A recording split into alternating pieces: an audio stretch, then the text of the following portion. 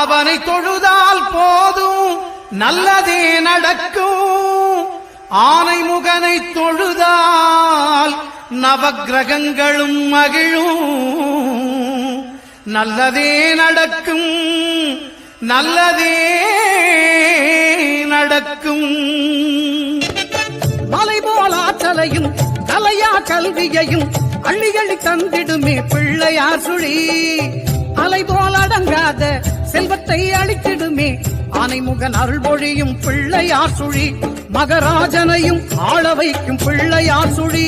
ஒரு சேவகனையும் வாழ வைக்கும் பிள்ளையார் சுழி.